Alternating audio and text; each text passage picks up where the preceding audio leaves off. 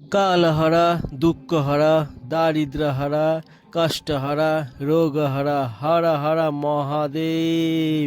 আজকে তোমাদেরকে দেখাবো এশিয়ার দ্বিতীয় বৃহত্তম শিবলিঙ্গ, যা পশ্চিমবঙ্গের সর্ববৃহৎ শিবলিঙ্গ মন্দির। এছাড়াও এখানকার যে রোমাঞ্চকর এক পরিবেশ, যা আপনার মনকে মুগ্ধ হয়ে যাবে, সেই পরিবেশ আপনাদের সামনে তুলে ধরবো।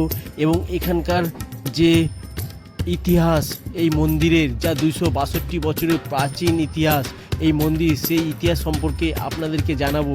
আর এটি অত্যন্ত জাগ্রত এক প্রাচীন শিব মন্দির, যেখানে হাজার হাজার ভক্ত তাদের মনস্কামনা পূরণ করে। তাই আপনাদেরকে অনুরোধ করব এই ভিডিওটি সম্পূর্ণ দেখা। চলুন তাহলে আজকের ভিডিওটি শুরু করা যাক মহাদেবের নাম নিয়ে। হর হর মহাদেব। নমস্কার বন্ধুরা, আমি দীপঙ্কর, তোমাদেরকে দীপগ্নি ব্লগসে স্বাগতম জানাই। আজকে কিন্তু তোমাদেরকে নিয়ে চলে আসবো কিন্তু এশিয়ার দ্বিতীয় বৃহত্তম কিন্তু যে শিবলিঙ্গ, সেই শিবলিঙ্গ কিন্তু তোমাদেরকে দর্শন করাবো, আমিও দর্শন করবো। আর তোমরা এই এশিয়ার দ্বিতীয় বৃহত্তম শিবলিঙ্গ, যা কিন্তু পশ্চিমবঙ্গের সবথেকে বড় শিবলিঙ্গ, সেই শিবলিঙ্গের কাছে তোমরা কিভাবে আসবে, আর এখানে মন্দির কখন কখন খোলা থাকে, তার সমস্ত কিছু তথ্য কিন্তু আজকে এই ভিডিওর মাধ্যমে তোমাদেরকে দিয়ে দেবো। তোমরা কিন্তু ভিডিওটা অবশ্যই শেষ পর্যন্ত দেখতে থাকো। আর ভিডিওটা ভালো লাগলে অবশ্যই কমেন্টে কিন্তু হর হর মহাদেব লিখো। চলো আজকে মহাদেবের নাম নিয়ে আর মহাদেবের এই সুন্দর মন্দিরটি তোমাদেরকে দর্শন করানোর জন্য আজকের ভিডিওটি একদম প্রথম থেকে তোমরা শেষ পর্যন্ত দেখতে থাকো। চলো তাহলে একদম প্রথম থেকে ভিডিওটা শুরু করা যাক। হর হর মহাদেব। আজকে কিন্তু সকাল সকাল চলে এসেছি দমদম স্টেশনে। আর দমদম স্টেশন থেকে আমাদের ট্রেন কিন্তু চলে এসেছে গেদি লোকাল। আজকে গেদি লোকালে করে আমি কিন্তু যাব কিন্তু মাঝদিয়া স্টেশন। আর এই জার্নি পথ কিন্তু টোটাল কিন্তু প্রায় 98 কিলোমিটার, মানে 100 কিলোমিটারের মতন জার্নি পথ রয়েছে, যার মূল্য টিকিট মূল্য পড়েছে কিন্তু আজকে আমার 25 টাকা। সময় লাগবে প্রায় 2 ঘন্টা 40 থেকে 50 মিনিটের মতো সময় লাগবে। সুন্দর এক অপূর্ব যে ভ্রমণের যে দৃশ্যটা, সেই দৃশ্যটা চারিদিকের পরিবেশটা এত সুন্দর লাগছে, দেখতে দেখতে কিন্তু আমরা পৌঁছে গেলাম মাঝদিয়া স্টেশনে। ফাইনালি কিন্তু প্রায় 2.5 ঘন্টার উপরে কিন্তু জার্নি করে 98 কিলোমিটার, মানে প্রায় 100 কিলোমিটার জার্নি করে চলে আসলাম কিন্তু এই মাঝদিয়া স্টেশনে। এবারে এখানে 1 নম্বর স্টেশনের পাশ থেকে নেবেই কিন্তু চলে যাবো অটো করে চলে যাবো একদম শিবনিবাসের কাছে। চলো, এই 1 নম্বর স্টেশন, 1 নম্বর স্টেশন থেকেই বাইরে বেরোলে দেখবি অটো রয়েছে, অটোর এখানে যাবো। ঠিক আছে, দেখো এখানেই পেয়ে যাবে প্রচুর অটো। এখানে জিজ্ঞাসা করে নেবে যে শিবনিবাস যাওয়া অটো কোথায়। মাঝদিয়া মহেশচন্দ্র অটোই কি সমস্যা, একা হলে নিচ্ছে না, একসাথে অনেকজন হলে তাহলে শিবনিবাসের অটো মানে এরা ছাড়বে।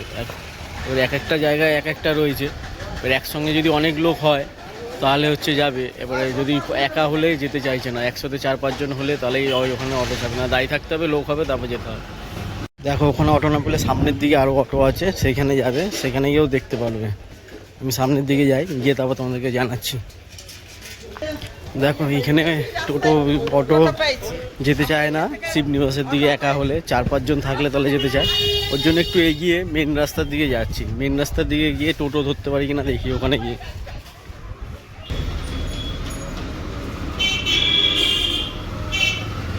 একা আসলে এই একটা সমস্যা, যে টোটোকে বলছি যেতে, একা দেখে আর নিচ্ছে না, যে শিবনিবাসে যাবে একা যেতে চাইছে না। বেশি দেখি এখনও বলে যাই কি না। খালি একটা অটো পেয়ে গেছি, এখানে টোটো পেয়েছি, তারপর শিবনিবাসে। অবশেষে মেন রাস্তার দিকে এসে কিন্তু আমি একটা টোটো পেলাম, যার টোটো মূল্য পড়বে কিন্তু শিবনিবাস পর্যন্ত 10 টাকা। আর সুন্দর একটা রাস্তার মধ্যে থেকে কিন্তু আমরা যাচ্ছি। আর তোমাদেরকে বলে রাখি, তোমরা যারা স্টেশনে যদি অটো না পাও, তোমরা মেন রাস্তায় এসে কিন্তু টোটো কিংবা বাসে করে তোমরা চলে আসতে পারবে শিবনিবাস। আমরা দেখতে পাচ্ছি শিবনিবাস এই চুন্নি নদীর ওপরে যে ব্রিজ রয়েছে, সেই ব্রিজের উপর দিয়ে কিন্তু আমরা এগিয়ে চলেছি এই শিবনিবাসের দিকে। আর শিবনিবাস আমরা মেন রাস্তার উপরে নামবো 10 টাকার বিনিময়ে, সেখান থেকে কিছুটা হেঁটে যাবো। তোমরা পারলে পুরো টোটো করে একদম রুট করে মন্দিরের কাছে পর্যন্ত যেতে পারো। দেখো মেন রাস্তা ধরে এসে আগালেই দেখবে এইরকম একটা জায়গায় নামাবে, এই দিকে একটা রাস্তা গেছে বাঁ দিকে, এই রাস্তা ধরে গেলে কিন্তু তোমরা মন্দিরের দিকে পৌঁছে যাবে। তার আগে এখানে দেখো কত খই নিয়ে বসেছে, যেহেতু এখানে ভীম একাদশী মেলা হয় ও শিবরাত্রির উপলক্ষে, তাই এখানে কিন্তু পুরো একটা মেলা বসেছে দেখো। আর এই রাস্তা ধরে সোজা এগিয়ে গেলে কিন্তু আমরা মন্দিরের দিকে এগিয়ে যাব। তাই আমি টোটো করে ওখানে নেমেছি। এবার তোমরা ডাইরেক্ট টোটো বুক করে নিলে পুরো একদম মন্দিরের সামনে গিয়ে নামাবে। আমি টোটো করে, যেহেতু রানিং টোটোতে উঠেছি, 10 টাকা নিয়েছে আমার ওখান থেকে এইটুকুনি আসতে, এখান থেকে আমি হেঁটে চলে যাবো। টোটো করে যদি তোমরা আসো তাহলে কিন্তু টোটো এতটা অবধি আসবে, তোমাদেরকে 15 টাকায় কিন্তু নিয়ে চলে আসবে এখানে। ঠিক আছে, এই রাস্তা ধরে এই টোটো এতটাই পর্যন্ত তোমাদেরকে নিয়ে আসবে। আমি আসলাম মাত্র 5 মিনিট লাগলো ওখানে মেন রাস্তা। এরপরে এখান থেকে আমরা যাব সাঁকো পার হবো। দেখো একটা সুন্দর চুন্নি নদী রয়েছে, তার উপর থেকে কিন্তু সাঁকো পার হয়ে যেতে হবে। দারুণ লাগে এখানে।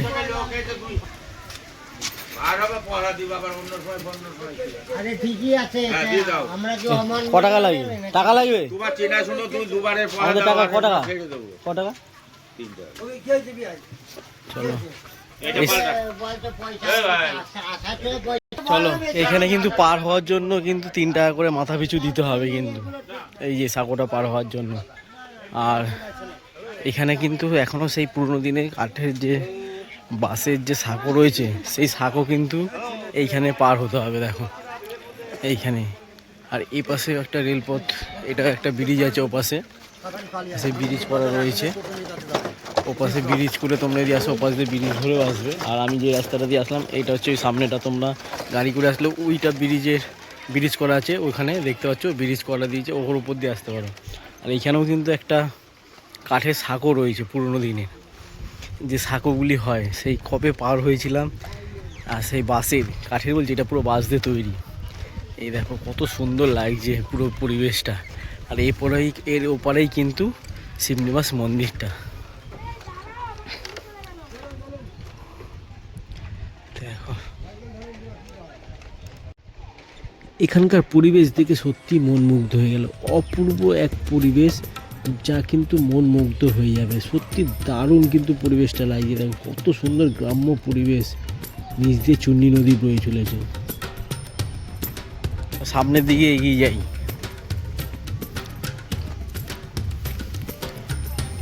মন্দির এখন কতক্ষণ খোলা থাকে, কতক্ষণ বন্ধ থাকে, কখন কি, সেগুলো তোমাদেরকে জানিয়ে দেবো।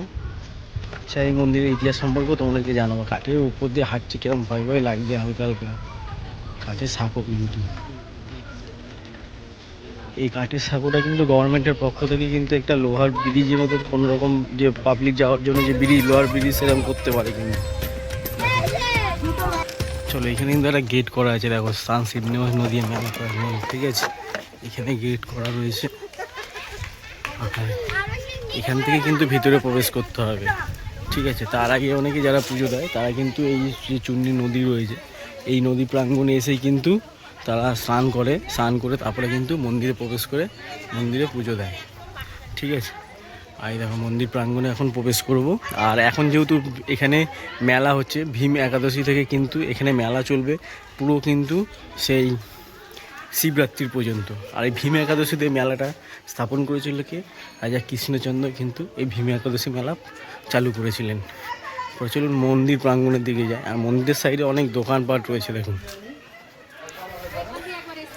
দোকানপাট রয়েছে, এছাড়া পুজো দেওয়ার সামগ্রী কিন্তু রয়েছে।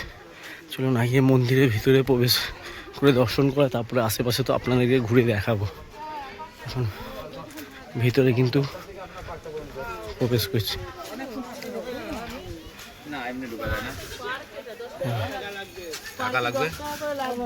এখানে হচ্ছে একটা পার্ক রয়েছে, সকাল 10টা থেকে 5টা পর্যন্ত খোলা থাকে। পার্কিং করা রয়েছে। আর এখানে গাড়ি নিয়ে আসলে এখানে পার্কিংয়ের জায়গা। এইখানে কিন্তু অনেক দেখতে পাচ্ছি জিলিপি, বিভিন্ন দোকানপাট কিন্তু এখানে রয়েছে। আর খাবারের দোকানও প্রচুর রয়েছে। দেখো যেহেতু এখানে এখন মেলা চলছে, শিবরাত্রি পর্যন্ত কিন্তু মেলা চলবে, তাই প্রচুর দূর দূরান্ত থেকে ভক্তরা আসেন এই মন্দির প্রাঙ্গণে পুজো দেওয়ার জন্য। চলুন এই পাশ দিয়ে হচ্ছে মন্দির প্রাঙ্গণের দিকে এখন প্রবেশ করব। আর এই মন্দিরটা দেখো কতটা উঁচু চূড়াটা, এখন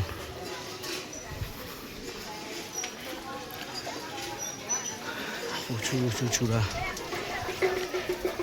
এখানে কিন্তু একখানা দুখানা মন্দির রয়েছে পরপর, এই পাশেও রয়েছে, ও পাশেও রয়েছে। দুখানা মন্দির, একটা দুটো তিনটে মন্দির রয়েছে। চলো এই মন্দির আগে প্রবেশ করি ভিতরে।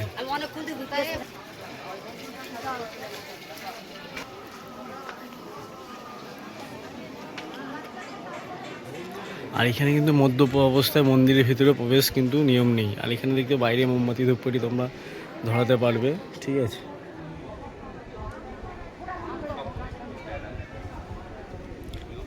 আর এখানে রয়েছে সেই শিবলিঙ্গ, দেখো।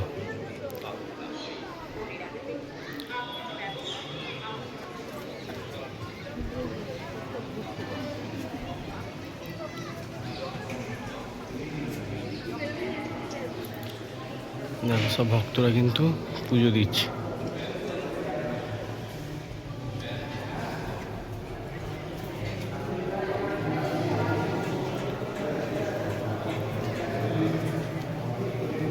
শিবনিবাস এই নামটির সাথে জড়িয়ে রয়েছে বহু প্রাচীন কথা। এই শিবনিবাস এই মন্দিরটি কিন্তু স্থাপন করেছিলেন রাজা কৃষ্ণচন্দ্র। তিনি কিন্তু বেনারস ভ্রমণ করার পরেই তিনি বর্গীদের আক্রমণের ভয়ে চলে এসেছিলেন এই শিবনিবাসের কাছে, তার রাজধানী স্থানান্তরিত করেছিলেন এবং এখানেই তিনি গড়ে তুলেছিলেন 108টি কিন্তু মন্দির। সেই 108টির মন্দিরের মধ্যে এখানে এখন পড়ে রয়েছে মাত্র 3টি মন্দির।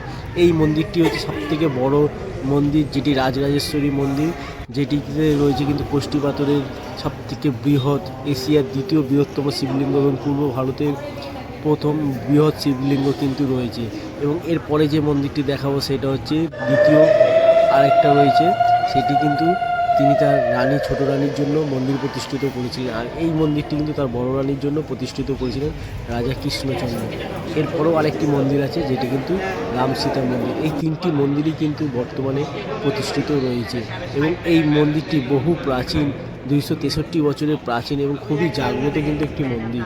তোমরা কিন্তু এখানে আসলে যারা পুজো দিতে চাও, পুজোর যে সামগ্রী, সেই পুজোর ডালা সামগ্রী কিন্তু এখানে পেয়ে যাবে। দেখো এখানে কিন্তু প্রচুর পুজোর ডালা সামগ্রী কিন্তু রয়েছে। এছাড়াও মহাদেবের যে জিনিস, রুদ্রাক্ষ থেকে ডামরু, সমস্ত কিছু কিন্তু এখানে তোমরা পাবে। দেখো এখানে কিন্তু ডালা রয়েছে। ডালা কত করে আছে? ডালায় যে 20 টাকার আছে, 101 টাকা আছে, 51 টাকা আছে। দেখতে পাচ্ছ 21 টাকা, 101 টাকা, 51 টাকা। এছাড়া নারকেলের যেগুলো দেওয়া আছে সেগুলো কিন্তু 150 টাকায় পেয়ে যাবে। রাম সীতা মন্দিরের ডালাও কিন্তু তোমরা পেয়ে যাবে। দেখো তোমরা কিন্তু একদম এই শিবনিবাস মন্দিরের সামনে, এই দিদিভাইয়ের দোকানের সামনে কিন্তু পেয়ে যাবে এই যে পুজো সামগ্রীর যে ডালাগুলি, সেই ডালা কিন্তু তোমরা পেয়ে যাবে। এছাড়াও কিন্তু আরও ডালা রয়েছে। এছাড়াও এখানে কিন্তু এই যে ভীম একাদশী উপলক্ষে যে মেলা হয়, সেই মেলা কিন্তু চলবে শিবরাত্রি পর্যন্ত। তার জন্য কিন্তু বিশেষত্ব হচ্ছে এখানে সেই খই যে রয়েছে, সেই খই মানে যেটাকে আমরা বলি ভুট্টার যে খই, এই যে গুড় মাখানো যে ভুট্টা রয়েছে, দেখো এই গুড় মাখানো ভুট্টার খই, এইগুলো কিন্তু এখানে বিশেষ কিন্তু আকর্ষণীয়। এখানে এই মেলার কিন্তু বিশেষ আকর্ষণীয়। এছাড়া তোমরা যারা শিবলিঙ্গ নিতে যাও, ঠাকুরের জিনিসপত্র নিতে যাও, তার জন্য কিন্তু এখানে বিভিন্ন দোকান বসেছে। আর এইখানে হচ্ছে মেন মন্দির, এর পাশেই কিন্তু আরেকটি মন্দির রয়েছে। এই যে মেন মন্দির, সেটা কিন্তু রাজা কৃষ্ণচন্দ্র কিন্তু স্থাপিত করেছিল তার বড় রানীর উদ্দেশ্যে এবং ছোটো রানীর জন্য। এই মন্দির কিন্তু স্থাপিত করেছিল। এই মন্দিরটা হচ্ছে ছোটো। এখানেও আরেকটা শিবলিঙ্গ আছে, যেটা হচ্ছে বড় শিবলিঙ্গ থেকে একটু সাইজে একটু ছোট, মানে মাঝারি ওই শিবলিঙ্গ থেকে। আর এই শিবলিঙ্গ কিন্তু স্থাপিত করেছিল ছোটো রানীর জন্য। মন্দিরের আরও একটা মন্দির ওখানে রয়েছে, রাম সীতা মন্দির। আর এই মন্দিরটা হচ্ছে মেন মন্দির। তাহলে এই ছোটো মন্দিরটা তোমাদেরকে দেখিয়ে দিই। একটা ছোট মন্দির রয়েছে। আর এখানেও তোমরা আসলে কিন্তু বিশেষভাবে পুজো দিতে পারো। তার জন্য কিন্তু পুরোহিত মশাইরা রয়েছেন, তাদের কাছে কিন্তু পুজো দিয়ে দিতে পারো। রাজা কৃষ্ণচন্দ্র তার দ্বিতীয় রানীর জন্য কিন্তু এই মন্দিরটি প্রতিষ্ঠা করেছিলেন এবং বড় রানীর জন্য কিন্তু ওই বড় মন্দিরটি প্রতিষ্ঠা করেছিলেন, যেটি পাশাপাশি কিন্তু দুটি মন্দির রয়েছে এবং এর পিছনেই রয়েছে কিন্তু যে রাম সীতা মন্দির। এখানে প্রাচীন কথা অনুযায়ী কিন্তু এই মন্দিরটি রাজা কৃষ্ণচন্দ্র তার ছোট রানীর জন্য প্রতিষ্ঠা করেছিল। আর এইখানেই রাজা কৃষ্ণচন্দ্র তার জীবনের শেষ সময় পর্যন্ত শেষ সময়টুকু কাটিয়েছিলেন এইখানেই, এই শিবনিবাসেই। পরেই তোমাদেরকে এর পাশে যে আরেকটা মন্দির রয়েছে, এই মন্দিরটা তোমাদেরকে দর্শন করাবো। আর এখানে কিন্তু একটা মেলা বসেছে, তোমাদেরকে বলেছিলাম যে ভীম একাদশী উপলক্ষে যে মেলা, প্রচুর বড় কিন্তু মেলা কিন্তু এখানে আয়োজন করা হয়েছে। পুরো শিবরাত্রির পর্যন্ত কিন্তু এই মেলা চলবে। মেন মন্দির কিন্তু এই যে মেন মন্দির, যে শিবনিবাসে যে মেন মন্দির, সেটা কিন্তু এইটা। তারপরে রয়েছে এই একটা ছোট মন্দির, তারপরে রয়েছে এপাশে রাম সীতা মন্দির।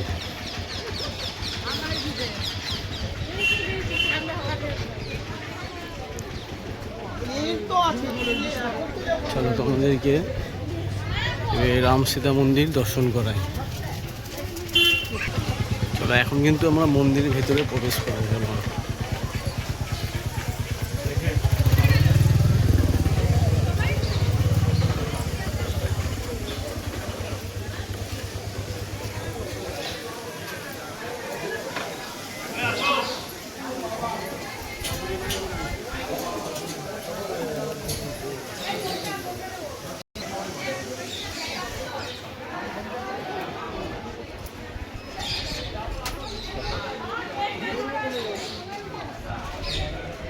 এখন চলে এসেছি রামসীতা মন্দির, সেই রামসীতা মন্দির দর্শন করে নাও তোমরা।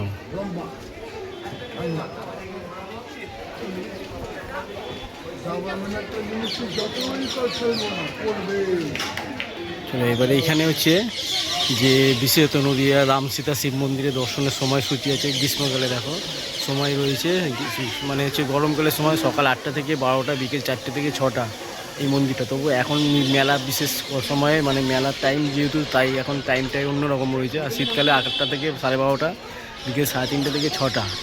এটা হচ্ছে মন্দিরের মানে এমনি তোমার বিজ্ঞপ্তি এখানে দেওয়া রয়েছে। তবে এখন তো মন্দির খোলা রয়েছে। আমি এখানে একজন বললো, তিনি বললেন সকাল 6টা থেকে 2টো, আবার 4টে থেকে 7টা পর্যন্ত, কিন্তু মানে সকাল 7টা থেকে 2টো, তারপরে আবার 4টে থেকে 7টা পর্যন্ত কিন্তু মন্দির খোলা। আর যেমন শিবের বিভিন্ন কারণ অনুযায়ী কিন্তু এই মন্দিরে এক একটা টাইম হয়। আর এই হচ্ছে কিন্তু এই আরেকটা পাশের যে মন্দির, আর এই মন্দিরের কিন্তু মানে গায়ে যে ছোট ছোট খোপ রয়েছে, সেই খোপে কিন্তু পরপর টিয়া পাখি বাসা কিন্তু রয়েছে। তোমাদেরকে দেখাচ্ছি, দেখো এই দেখো টিয়া পাখি কিন্তু এখানে বাসা বেঁধে রয়েছে। দেখো প্রচুর টিয়া পাখি কিন্তু এখানে আসে, দেখো কত টিয়া পাখি, প্রচুর টিয়া পাখির কিন্তু এখানে বাসা রয়েছে এই মন্দিরে। এটা হচ্ছে ছোট মন্দির, মানে পাশের যে মন্দিরটা। আর যে মেন যে মন্দিরটা যেখানে রয়েছে, যেটা এশিয়া লার্জেস্ট, সেকেন্ড লার্জেস্ট কিন্তু শিবলিঙ্গ, সেটা কিন্তু তার পাশে রয়েছে। তোমাদেরকে দেখাচ্ছে এই পাশে এই একটা হচ্ছে মন্দির, দেখো। আর এই কাছে কিন্তু প্রচুর কিন্তু টিয়া পাখি এসে বাসা করে আছে, দেখো।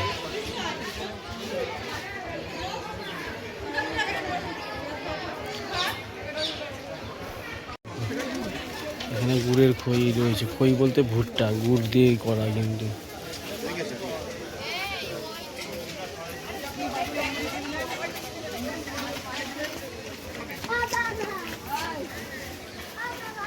এখানে কিন্তু প্রচুর কিন্তু এই ভুট্টা কিন্তু এখানে এই মেলার বিশেষত্ব কিন্তু এইটাই, ভীম একাদশীর দিন এই ভুট্টাই কিন্তু সবাই এখানে এসে কেনে কিন্তু। দেখো এই দেখো এইখানে ভীম একাদশী উপলক্ষে কিন্তু শিবরাত্রির পর্যন্ত চলে এক মেলা। এই মেলার মধ্যেই কিন্তু আমি এখানে প্রবেশ করেছিলাম। যেই ভীম একাদশী মেলা কিন্তু চালু করেছিলেন রাজা কৃষ্ণচন্দ্র, সেই সময় থেকে আজও কিন্তু চলে আসছে এই ভীম একাদশী মেলা, যেখানের কিন্তু বিশেষ আকর্ষণ হচ্ছে কিন্তু এই খই আর মুরগির যে গুড় মাখানো খই, এটাই এখানকার প্রসাদ হিসাবে সবাই গ্রহণ করেন। আর প্রচুর মানুষ কিন্তু এখান থেকে কিনে নিয়ে যাচ্ছে এই প্রসাদ। কিন্তু খাবারের দোকানও রয়েছে, পরোটা রয়েছে, ঠিক আছে। তোমরা এখানে কিন্তু খাবারও পেতে পারো। ওদের যাওয়ার সময় দেখিয়েছি যে বিভিন্ন খাবার রয়েছে। আর আমাকে এখন খাওয়া দাওয়া করে নিতে হবে, যেহেতু খিদেও পেয়ে গেছে। সেই সকালে খেয়ে বেরিয়েছিলাম আর তারপরে খাওয়া হয়নি। চলে এরপর তোমাদেরকে যে নদীর সাইডটা সেটা তোমাদেরকে ঘুরে দেখাই এবার।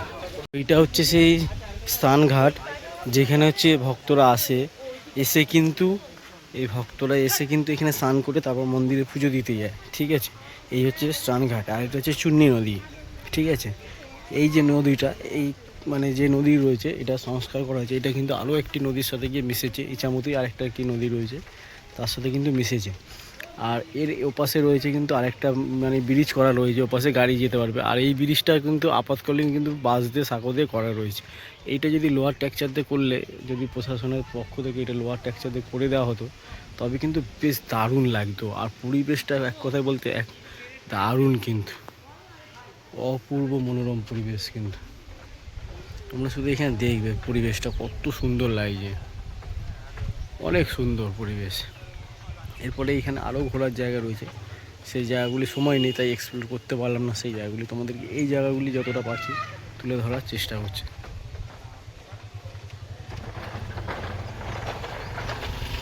এর উপর দিয়ে আবার বাইকও নিয়ে যাচ্ছে দেখো।